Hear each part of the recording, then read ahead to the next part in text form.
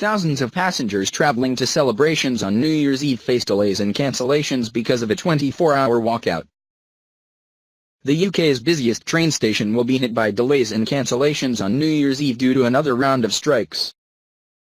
The long-running dispute over the role of guards on trains will impact South Western Railway (SWR) services to and from London Waterloo on Sunday, with members of the Rail Union and Transport (RNT) Union set to walk out for 24 hours.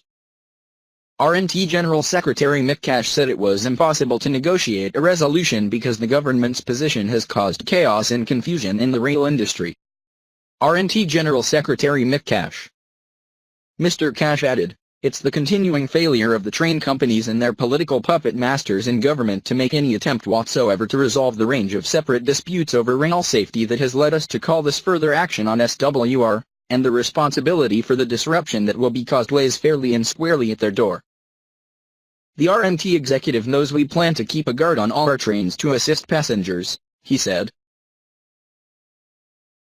"What we want to discuss with them is what happens when a guard is unavailable at short notice so that our passengers aren't left stranded. We have given them repeated reassurances that we will need more guards as we introduce new and longer trains. All our passengers want to do is to travel to be with their friends and loved ones for the New Year celebrations. It really should be straightforward. The Scottish and Welsh governments have agreed to keep the guards on our trains, so there is no reason why the UK government and the UK-based operators cannot do the same."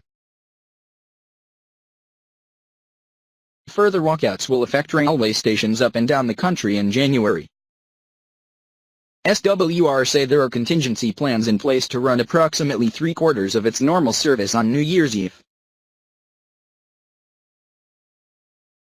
Managing Director Andy Mellors said the operator was committed to keeping guards on board all of its trains, but said talks with RNT were needed to clarify what would happen if a guard became unavailable at short notice.